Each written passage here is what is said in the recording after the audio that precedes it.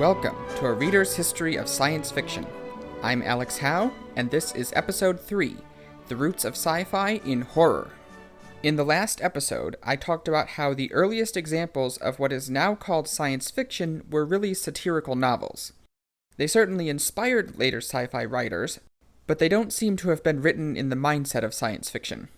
This week, I want to explore another of the roots of science fiction in the gothic horror of the 1800s. And I want to explain what I mean by this mindset of science fiction through what I consider to be the first science fiction novel, Frankenstein. So what is Gothic horror? Gothic horror, and Gothic fiction in general, were part of the Romantic movement of the early 1800s. Romanticism was a reaction against the Industrial Revolution, the Age of Enlightenment, and the classical movement of its time. And by classical, I don't mean Greek and Roman, I mean neoclassical, the movement where things were rational and regimented in art and music, which dominated in the late 1700s. Romanticism did a lot of things, but what's important to science fiction is that it brought supernatural elements back into literature, where in classical literature those things were taken out, and things were much more natural and ordered. Out of the three roots of science fiction, this is where the legacy of earlier fantasy literature comes through the strongest. And you can see how it happened in possibly the most famous story of this genre, which is, of course, Frankenstein. The 18-year-old Mary Wollstonecraft Godwin, she became Mary Shelley 6 months later, began writing Frankenstein in the summer of 1816, after being prompted to write a quote-unquote ghost story by the infamous romantic poet Lord Byron. Obviously, she didn't end up writing a ghost story in the literal sense, but a story of a reanimated corpse was just as good.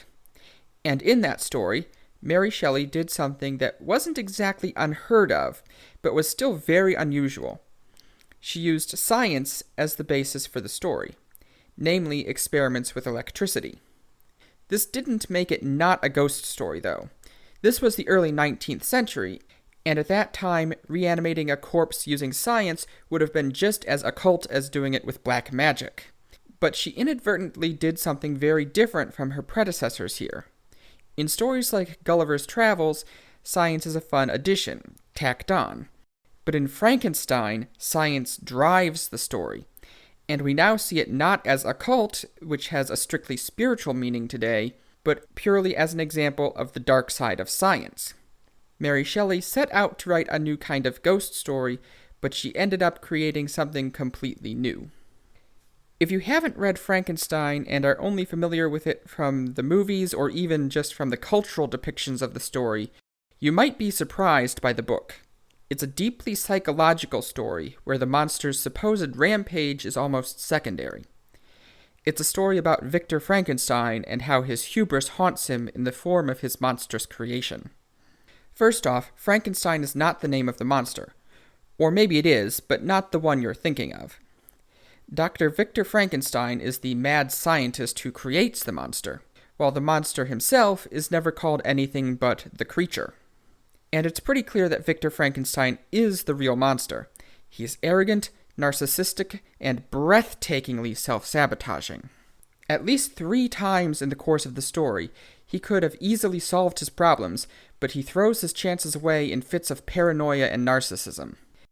And meanwhile, the creature is highly intelligent, not the stupid, lumbering stereotype from the movies. He learns to read, becomes well-spoken and cultured, and is initially kind-hearted, but he becomes violent and cruel after being shunned by the world and by his creator for his monstrous appearance. I could go on at length about all the juicy English class material you could get out of this, but this is a science fiction podcast, not a literary analysis podcast. My point is that in many ways, Frankenstein is more of a psychological thriller than a monster story, and that fits it well into its genre of gothic horror. But in doing that, it does something that later science fiction does in spades.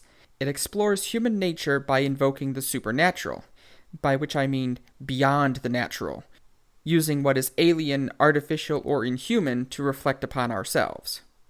Or maybe Frankenstein is just a ghost story and English teachers are full of it. No, I'm kidding. Don't fear all you English teachers out there. This is an argument for literary analysis. A lot of the subtext in Frankenstein is definitely real. Mary Shelley makes that clear with her choice of subtitle, The Modern Prometheus. But there's a second part to this. I tend to be skeptical of this kind of literary analysis in general because I don't subscribe to the death of the author theory, which says that the author doesn't have a say in the meaning of a story once it's published. Definitely look for the subtext where it's warranted, but you can't just ignore what the author was thinking when they wrote it. But on the other hand, even if the story wasn't meant to mean any of that, I think the cultural context around it does make those things important. And Frankenstein has a lot of cultural context.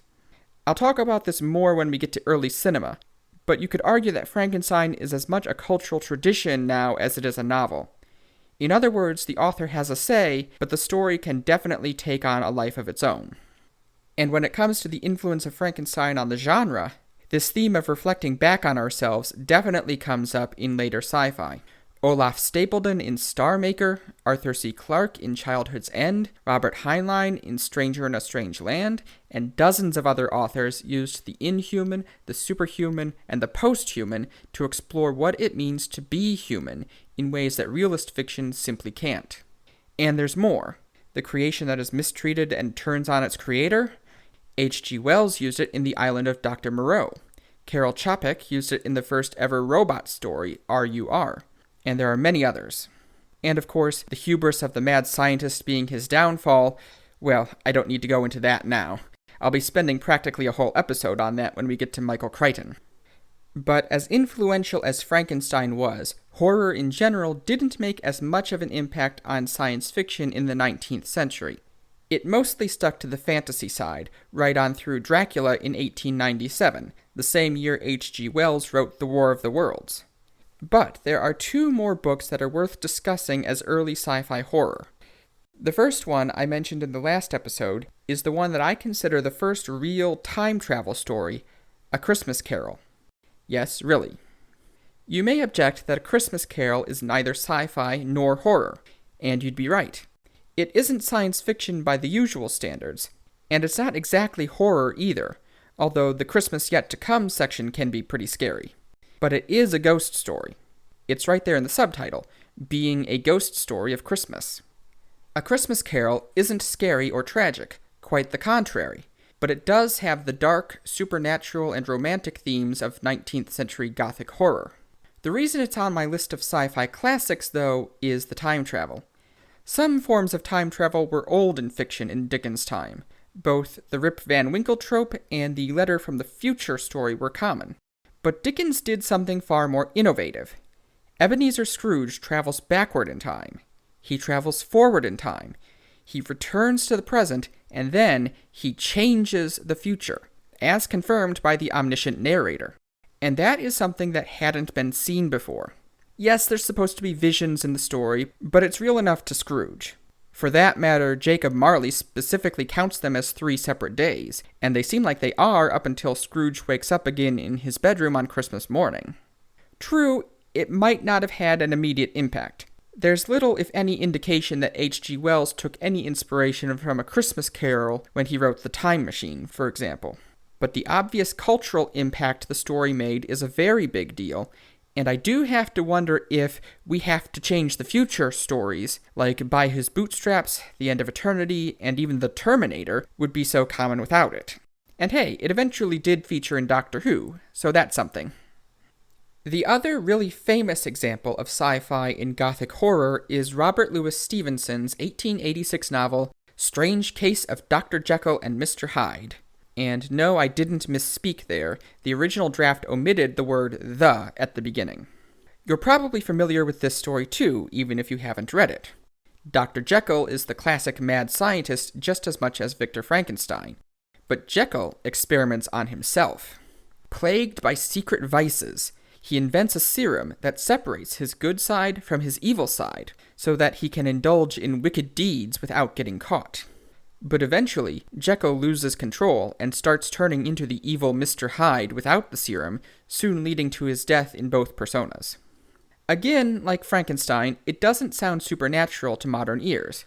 It's scientific horror, it's psychological horror, but there are no ghosts or monsters from beyond the veil or anything like that. Yet the supernatural themes are obvious. Jekyll is possessed by his dark side, Mr. Hyde, and Hyde himself seems like as much an evil spirit as a man, the darkness within who grows physically larger and stronger as he indulges his vices and slowly takes control. In Victorian England, this would most certainly have seemed like a supernatural tale.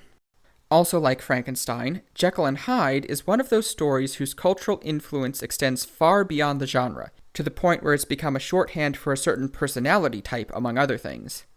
I think a telling sign of how deeply it's penetrated into our culture is the fact that originally, the reveal that Dr. Jekyll and Mr. Hyde were the same person was a twist ending.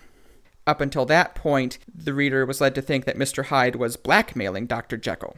But today, it's so well known that the first transformation scene is the dramatic center of the story instead, and you can see this trope and its close cousin, the evil clone, in more stories than I can list here. I think the most interesting thing here is that science seems to have entered the literary world through the supernatural rather than the real. Not the only way, of course, that's the whole point of these 3 episodes, but as I've noted before, it entered satire first, the supernatural second, and what we might call realism third. I don't know enough about the culture of the time to really analyze this. Maybe it's just a coincidence, but I think it speaks to my theory that neither of the 2 opinions of the origin of science fiction are correct, that it wasn't descended from ancient fantasy and mythology back to the Epic of Gilgamesh, nor did it spring fully formed from the scientific revolution, as those who would trace the line from Kepler's Somnium to Verne to Wells would argue. And maybe I'm overstating the point, but having done a deep dive into actually reading the literature, I see science fiction as something that grew organically over 200 or 300 years as science became better understood and better known to the public. This is why I can be confident in saying that Shelley wrote the first sci-fi novel, Verne invented the concept, Wells created the genre, and the early satirists still count as proto-sci-fi, because it was a matter of putting these bits and pieces together over time to build what we see today. This has been a Reader's History of Science Fiction. This podcast is available on Libsyn, SoundCloud, Stitcher, Spotify, YouTube, iTunes, Google Play, and my website, sciencemeetsfiction.com. All of that's confirmed now, so as far as I know, all of those are working. My book recommendation for this episode is Frankenstein, and I really encourage you to read the original. If you haven't before, it's probably nothing like you've seen, and it's a very deep and thought-provoking read.